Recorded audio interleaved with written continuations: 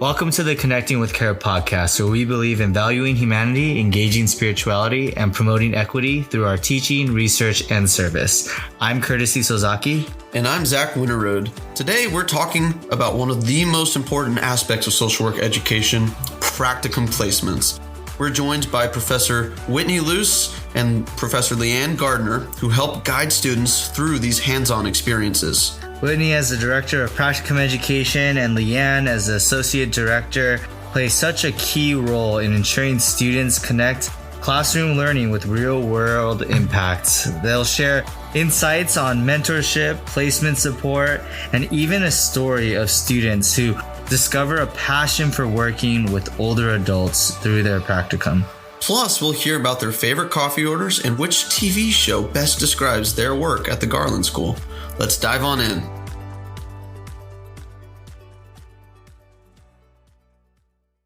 Thank you so much, Whitney and LeAnn, for joining us on the GSSW podcast. Just so excited for us to engage in a conversation, ask you some fun questions, and then some questions about Practicum and just the Garland School of Social Work. Thanks for being here. Glad to be with you. Thank you, Curtis. Thank you. So during our time together, we want to be able to highlight some practicum experiences from some of our students and also kind of explain some different processes, support systems, and just really benefits of practicum education here in the Garland School of Social Work. And can't wait to hear some testimonies from you from your perspective on the overall practicum experience. We're glad that others are joining in and listening into this conversation. But by tradition, we want to start off with some fun rapid fire questions. And so wanted to ask you, what is one word to describe where you're living right now? So if you can share where you're living and then give us one word to kind of get an inside look at where you're at. So I'm in Charleston, South Carolina, and two words I would describe are beautiful and historic. Love that. Good ones. So living in wonderful Waco, Texas, I would describe it as charming. Such a good word. I'm starting to resonate with that word so much more living in Waco, Texas. All right. Another question. What is your go-to order at your favorite coffee shop or tea house? Oh, I know LeAnn's such a coffee person. I would say vanilla latte for me. That is the same for me with almond milk. And my favorite coffee shop here called the Odd Duck has homemade Pop-Tarts, and they are amazing. So occasionally I'll let myself get one of those too.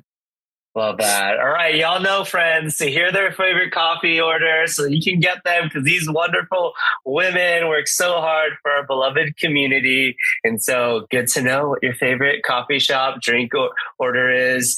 If your life in the Garland School were a reality show, what would it be called? Shifting gears. If your life in the Garland School of Social Work were a reality show, what would that show be called? I will jump in.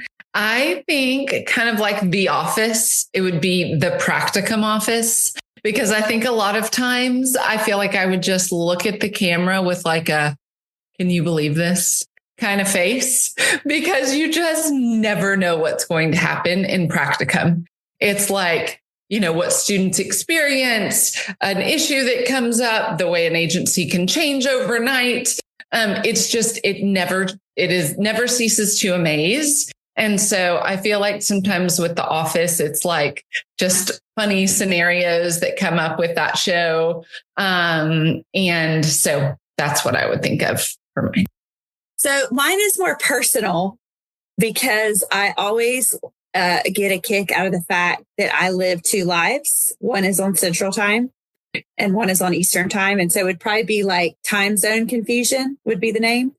And I mean that literally, but also figuratively, because my social and professional life is online.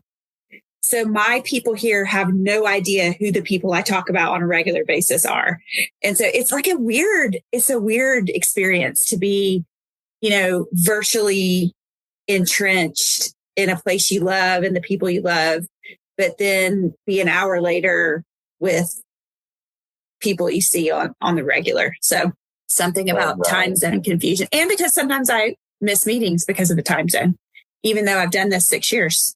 Love that. Thank you so much, LeAnn and Whitney, for being a part of the GSSW podcast. We'd love for you to be able to take a moment to introduce yourself and your role here in the Garland School of Social Work. Okay, I'll jump in first. I'm Whitney Luce. I am the Director of Practicum Education. I'm also a clinical associate professor. I have been at the Garland School since 2014, and I am a 2-time graduate of the Garland School as well. I oversee our internship programs, both residential and online. So I get to support the wonderful online team that oversees Practicum. I also work closely with those that support Practicum in Waco, and I get to interface more directly with Waco students around Practicum, but certainly have my hands in both worlds, online and residential, and love to be involved in Practicum, where students are really taking what they're learning in the classroom and applying it and getting to work with real clients and a real agency, and just love being part of that experience for them where it all really comes to life. And then I am a graduate as well, and I began teaching as an adjunct in 2007. And so I've been a part-time faculty for a very long time, and then moved to Charleston in 2009 and begged to keep connected. That is just when online learning was kind of taking off. And I kind of brag that I've taught in every iteration of online learning, like from just audio to what is now pretty seamless with Zoom. And then 6 years ago, I kept begging to be full time, and this position of associate director of Practicum came available, and I began working in the Practicum world, and I still teach as well. So it's a really nice combo of stimulating a lot of parts of my brain, teaching, being with students, and then also kind of more macro work around policies and placing students and making sure we're partnering with sites now across the country that can meet their professional competencies. Thank you so much for all that you do in the Garland School of Social Work. Y'all have been a part of this community for some time and have been able to see the impact of the Garland School. And so kind of starting off with some of our questions, how have you seen the Garland School of Social Work prepare social workers for worldwide service and leadership? So I would just say that I'm really proud of our curriculum, of how we are so intentional about making sure students are prepared. But another part of helping prepare social work students is, I think, caring for them, and being intentional, in our communications about how can we meet our accreditation standards and take into consideration students' unique needs at the same time. And then I also think having really solid and quality teachers that are modeling for them how to be social workers in the world is very important. And likewise, having a good, solid vetting process for students who are in Practicum will help prepare them for worldwide service and leadership, because they are then interfacing with their communities in agencies that are representing social work values. Of course, that doesn't always happen to the degree that we would like it to, but we do try hard for that to happen. I think really, though, preparing students for service and leadership really does start with like the one-on-one relationships and the modeling, and them seeing seasoned social workers work through ethical dilemmas, present in class professional ways of talking about things. And so I do think we are really good at relationships in the Garland School, which I think helps with that preparation. Fantastic. How does support like supervision and faculty guidance distinguish and enhance the overall practicum education experience? So I would say at the Garland School, so part of our internship component is an internship seminar. So it is a class that goes along with the student's time in the internship setting. Not all schools require a seminar, but we feel as though it's really important and really helps students to understand what they're doing in the internship, to have support as they face challenges in the internship, and to really be able to reflect on the connection between classroom learning and application. So we have faculty who teach those seminars. And so that's a really important part of the supervision process. We also support the supervisors who are in the settings with our students by offering various types of continuing education opportunities for free. That is a way that we say thank you to our supervisors, but it's also a way that we can continually offer training and education to them, which then supports our students in having supervisors who are invested and are always staying abreast of various changes and new research and that kind of thing. And so those are some of the ways that we really try to enhance the practicum experience. And then, of course, there's just connection directly with students that we get to have and that members of our teams get to have during the placement process, where we really get to hear what students are passionate about and some of their interests, and then try to find, if possible, things in their communities that connect with that.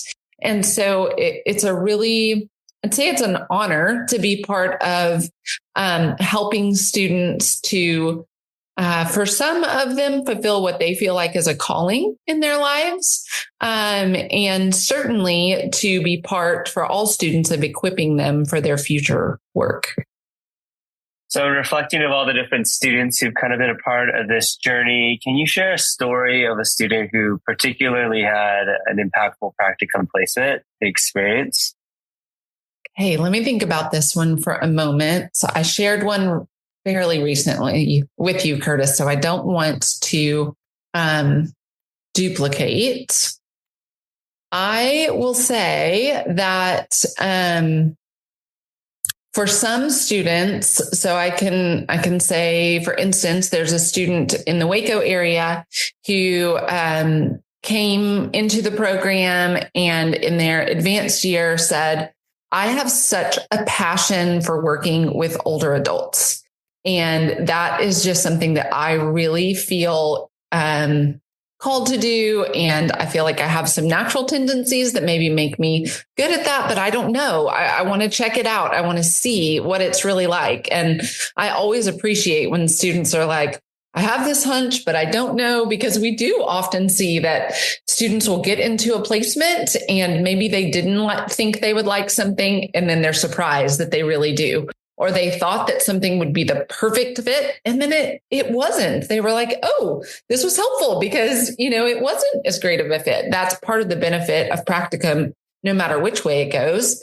But for this particular student, she just really flourished in the setting and ended up being hired and works with older adults with various mental health diagnoses, and is currently earning an LCSW and also supervising students, and also just really helping students to connect to this population and kind of open their eyes to all that is possible because I think this is, working with older adults is an area that not all students are aware of, and they might think only medical or only a skilled nursing facility. And she does a great job of saying there's so much more. And for clinical students, she really has been a wonderful role model for them. Amazing. It's great to hear that experience of the students. And we know that practicum does come with challenges and learning the field and experiencing different stories and journeys. And so what do students commonly face during the practicums, and how does GSSW help them overcome these different challenges? I love this question. So in our online experience, students come with their lives and they fit school in instead of moving to Waco for school, and then their lives come after. It's a really interesting difference. And so we have adjusted to that in terms of creating supports around their needs. We haven't adjusted our curriculum in any way, but we have adjusted that relationship piece of like, what do we need to do to help you? Is it writing help? Is it access to mental and physical health services? Is it access to faculty to have mentoring so you can ask about professional development and licensure? Is it a licensure webinar? Is it,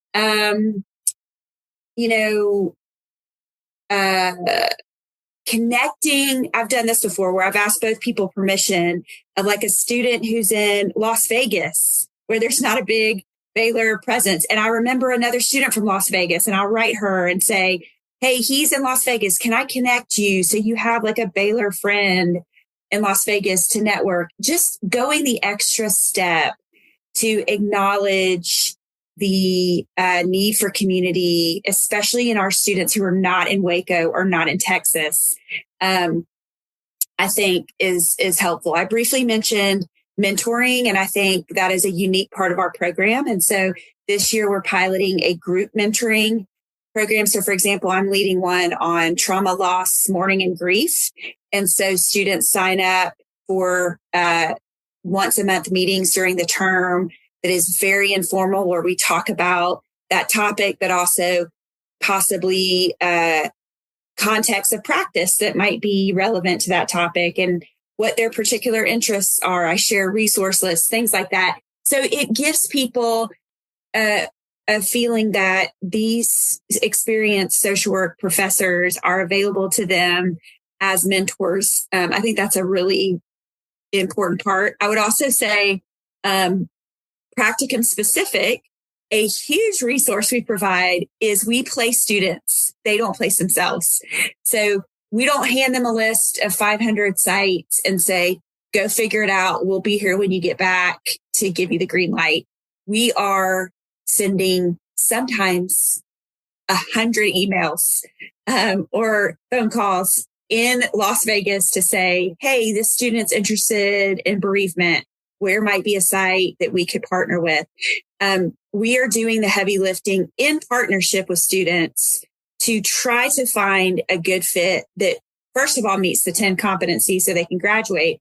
But sometimes when the stars align, it's finally connecting a student who wants to be in a VA setting, getting that contract and being able to place there. That is the best feeling when we can make somebody's dream happen. Does it always happen? No, but it is a good feeling to work in partnership with the student towards their goals, to make that internship experience as good as it can be. So it is hard. It's hard to go to school at night and do a practicum, 2 practicums if you're in the standard program.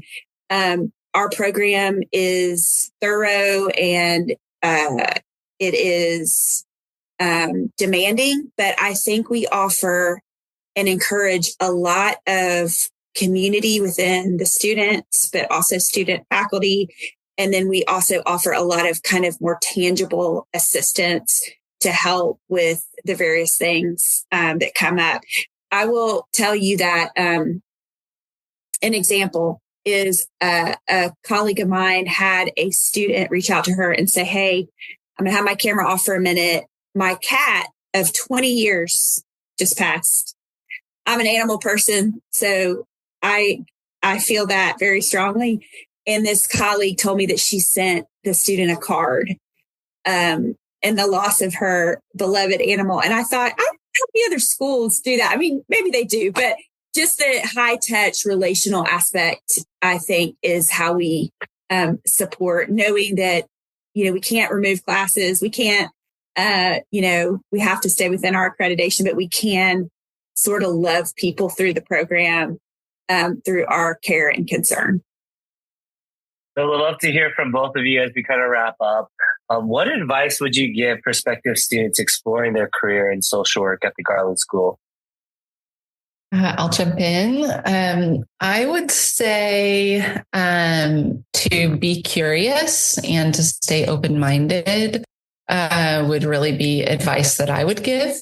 I sometimes tell students that something I have found in the career of social work is that as I have been able to walk alongside people, that it has changed me. It really has, and for the better.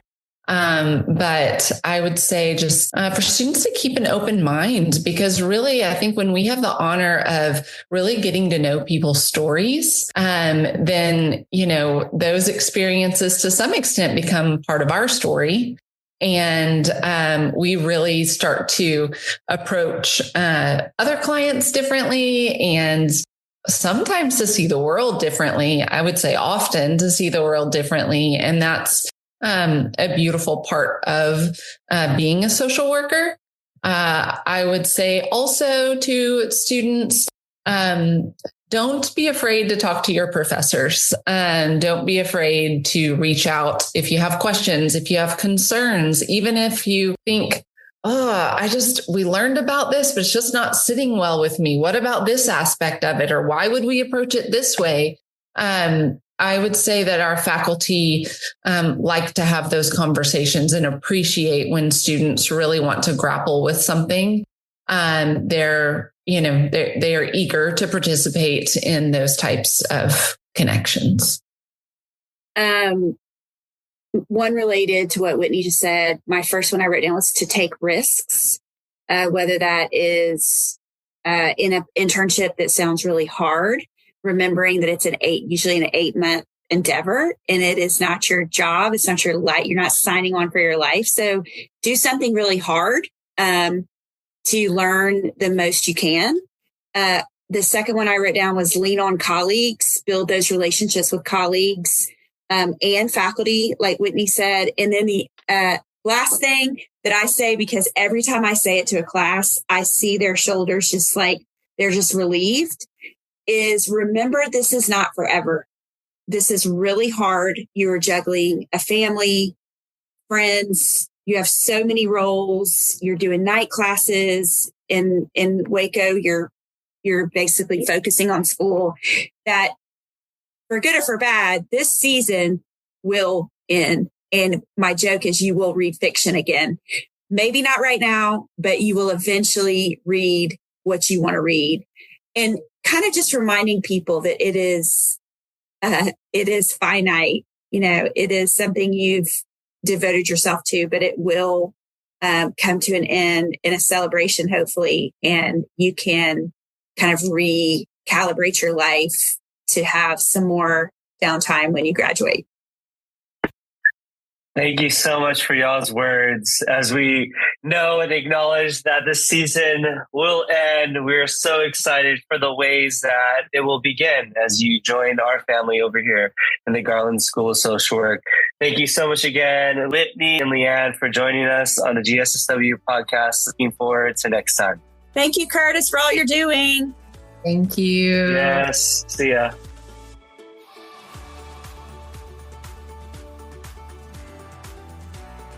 That was such a great conversation. I'm so grateful that Whitney and LeAnn got to share about how practicum education shapes the future of social work education and helps students find their calling in the field. Yeah, absolutely. The support systems that are in place for students, from internship seminars and various mentoring programs, those are the things that make such a difference in preparing students for impactful careers. So if you're considering social work education, I encourage you to stay open-minded and get ready to embrace the joy and the value of practicum education that will lead to incredible growth. Thanks for joining us on the Connecting with Care podcast. We'll see you next time.